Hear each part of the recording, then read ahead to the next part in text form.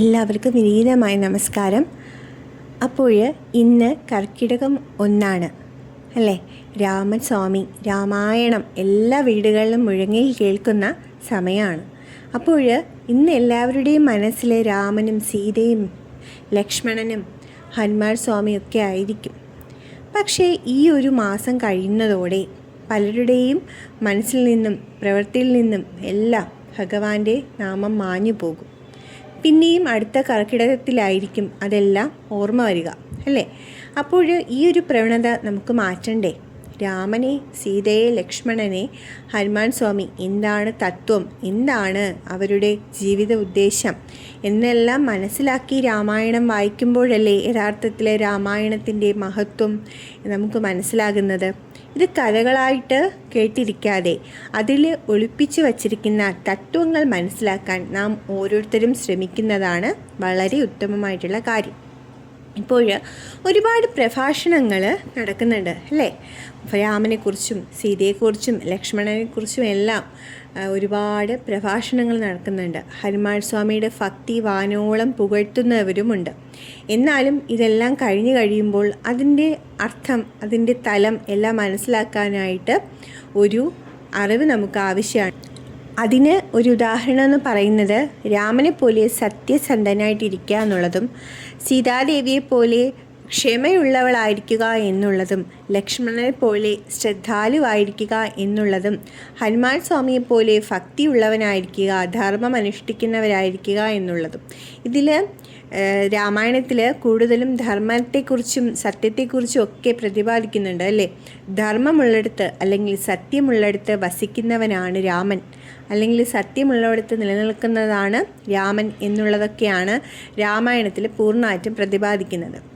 അപ്പോൾ ഈ ഇടയ്ക്ക് എനിക്ക് ഒരു പ്രഭാഷണം ഞാൻ കേൾക്കാനിടയായി. ഒരുപാട് ചിന്തിപ്പിച്ച ഒരു പ്രഭാഷണമായിരുന്നു അത്. കാരണം എന്ന് വെച്ചാൽ നമ്മൾ രാമായണം കഥകൾ പോലെ കേട്ടു പോകാതെ അതിൻ്റെ അകത്ത് ഒളിപ്പിച്ചിരിക്കുന്ന സത്യങ്ങളെ, അതായത് അതിൻ്റെ അകത്ത് ഒളിപ്പിച്ചിരിക്കുന്ന സത്യസന്ധമായുള്ള കാര്യങ്ങളെ മനസ്സിലാക്കുക എന്നുള്ളതാണ് രാമായണത്തിൻ്റെ അടിസ്ഥാന തത്വം എന്ന് പറഞ്ഞാൽ അത് എനിക്കൊരു വളരെ അധികം എന്നെ ചിന്തിപ്പിച്ചൊരു കാര്യമായിരുന്നു അത്. പൊതുവേ രാമായണം എന്നും ധൃതി കൂട്ടി വായിച്ച് പോകുന്ന ഒരു കാലഘട്ടമാണിത്. കാരണം എന്ന് വെച്ചാൽ ലാസ്റ്റ് ഒരു മാസമാകുമ്പോൾ വായിച്ച് തീർക്കണം, സമർപ്പിക്കണം എന്നുള്ള ഉദ്ദേശം മാത്രമാണ് കൂടുതലും ഇതിലുള്ളത്.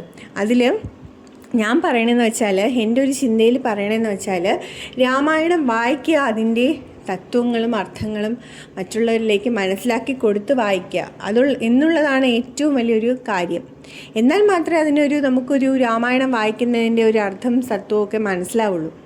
മാത്രമല്ല, കർക്കിടകത്തിൽ മാത്രം വായിക്കാനുള്ളതല്ലല്ലോ രാമായണം. നമ്മുടെ ജീവിതത്തിൽ പ്രാവർത്തികമാക്കി കാണിക്കേണ്ട ഒന്നുകൂടിയാണ് എന്നുള്ളതാണ് ആ ഒരു പ്രഭാഷണം കേട്ടപ്പോൾ എനിക്കത് മനസ്സിലായത്. ആ ഒരു പ്രഭാഷണം നിങ്ങൾക്കും കേൾക്കാൻ താല്പര്യമുണ്ടെങ്കിൽ ദ 18 സ്റ്റെപ്പ് യൂട്യൂബ് ചാനൽ എന്ന് പറയുന്ന ഒരു യൂട്യൂബ് ചാനലുണ്ട്. അതിൽ ശരത് ജി എന്ന് പറയുന്ന സാറ് വളരെ വ്യക്തമായിട്ട് ഈ ഒരു ഇടയ്ക്ക് ആ ചാനലിൽ കയറി നോക്കുമ്പോൾ ഈ ഇടയ്ക്ക് രാമായണ മാസം ആയതുകൊണ്ട് തന്നെ രാമായണത്തിനെ കുറിച്ചൊരു പ്രഭാഷണം ഇട്ടിട്ടുണ്ട്. എല്ലാവരും ഉറപ്പായിട്ടും കേൾക്കുക. അതിലൊരു കഥയും അദ്ദേഹം പറയുന്നുണ്ട്. ആ കഥ ഞാൻ പറയില്ല, കാരണം വെച്ചാൽ അദ്ദേഹം അത്രയും മനോഹരമായിട്ട് വർണ്ണിച്ചിട്ടുള്ള ആ ഒരു കഥ അത് എനിക്ക് പറയാനുള്ള അർഹതയില്ല. അതുകൊണ്ട് ഞാനത് പറയണില്ല. നിങ്ങളെല്ലാവരും അത് കയറി കേട്ട് നോക്കൂ കേട്ടോ. കേൾക്കുന്നവർ കാണും, ആ ചാനൽ കാണുന്നവർ കാണും, പക്ഷേ കാണാത്തവർക്ക് വേണ്ടിയിട്ടാണ്. അപ്പോഴെല്ലാവരും ആ ഒരു ചാനൽ കണ്ടു നോക്കും. 100% നിങ്ങൾക്ക് എല്ലാവർക്കും സ്പിരിച്വലായിട്ട് ഒരു അന്വേഷണം നടത്തുന്നവർക്കാണെങ്കിലും അല്ലെങ്കിൽ തന്നെ സ്പിരിച്വലായിട്ട് ഉയരാൻ ആഗ്രഹിക്കുന്നവരാണെങ്കിലും ആ ഒരു ചാനൽ നിങ്ങളെ ഒരുപാട് സഹായിക്കും കേട്ടോ. ഒരുപാട് അറിവുള്ള ഒരു വ്യക്തിയാണ് അദ്ദേഹം. ഒരു നല്ലൊരു ഗുരുനാഥനാണ് അദ്ദേഹം. സനാതന ധർമ്മത്തിന് വേണ്ട ഒരു വഴികാട്ടിയാണ് അദ്ദേഹം. അപ്പോഴെല്ലാവരും കയറി കണ്ടോളൂ. ഒന്നുകൂടി പറഞ്ഞുതരാം, channel the 18 step YouTube channel, Sarath ji. അപ്പോൾ പിന്നെ അത് ഒരുപാട് ദൈവങ്ങളെക്കുറിച്ചും എല്ലാം വ്യക്തമായിട്ട് പറയുന്നുണ്ട്. അപ്പോൾ ഈ ഒരു രാമായണ മാസം പ്രഭാഷണങ്ങളിലൂടെ രാമനെ അറിയാൻ ശ്രമിക്കുക, അറിവുള്ള വ്യക്തികളിൽ നിന്ന് രാമനെ അറിയാൻ ശ്രമിക്കുക, സീതയെ അറിയുക, ലക്ഷ്മണനെ അറിയുക, അതുപോലെ തന്നെ ഹനുമാൻ സ്വാമിയെ അറിയുക. അതുപോലെ ഒരു മിഥ്യാധാരണയുള്ളത് സന്ധ്യാനേരത്ത് രാമായണം വായിച്ചു കഴിഞ്ഞാൽ ഹനുമാൻ സ്വാമിയുടെ ധ്യാനം മുടങ്ങും എന്നുള്ളതാണ്. ഇത് മിഥ്യാധാരണയാണ്. അത് ആ ഒരു പ്രഭാഷണത്തിൽ അദ്ദേഹം വ്യക്തമായിട്ട് പറയുന്നുണ്ട്. ഇത് മിഥ്യാധാരണയാണെന്നാണ് പറഞ്ഞത്. സത്യമാണ്, ഞാനും അങ്ങനെ കരുതി വെച്ചിരുന്നതാണ്. പക്ഷേ അത് കേട്ടപ്പോൾ എനിക്കത് മനസ്സിലായി മിഥ്യാധാരണയാണെന്ന്. എന്ന് വെച്ചാൽ എപ്പോഴും ഹനുമാൻ സ്വാമി രാമഭഗവാനെ ധ്യാനിച്ചാണ് ഇരിക്കുന്നത്. അപ്പോൾ നമ്മളെപ്പോഴും രാമായണം വായിച്ചാലും ധ്യാനം മുടങ്ങില്ലേ? അത് ഒരു മിഥ്യാധാരണയല്ലേ? അപ്പോൾ ഒരാളുടെ ധ്യാനവും വേറൊരാളുടെ ഭക്തിയായിട്ട് ഒരു ബന്ധമില്ല അല്ലേ എന്നുള്ളതാണ് ഞാൻ മനസ്സിലാക്കിയ ഒരു അർത്ഥം എന്ന് പറയുന്നത്. എല്ലാവരും ഭഗവാനിലേക്ക്, ഒരു പരമാത്മാവിലേക്ക് അടുക്കാനായിട്ട് സഞ്ചരിച്ചുകൊണ്ടേയിരിക്കുന്നവരാണല്ലേ. ഒരുപാട് വഴികളിലൂടെ സഞ്ചരിക്കുന്നു എന്ന് മാത്രമേ ഉള്ളൂ അല്ലേ. അപ്പോൾ ആ ഒരു സഞ്ചാരം നല്ല രീതിയിൽ തുടരാൻ നമുക്ക് എല്ലാവർക്കും കഴിയട്ടെ എന്ന് ഭഗവാനോട് പ്രാർത്ഥിക്കുന്നു.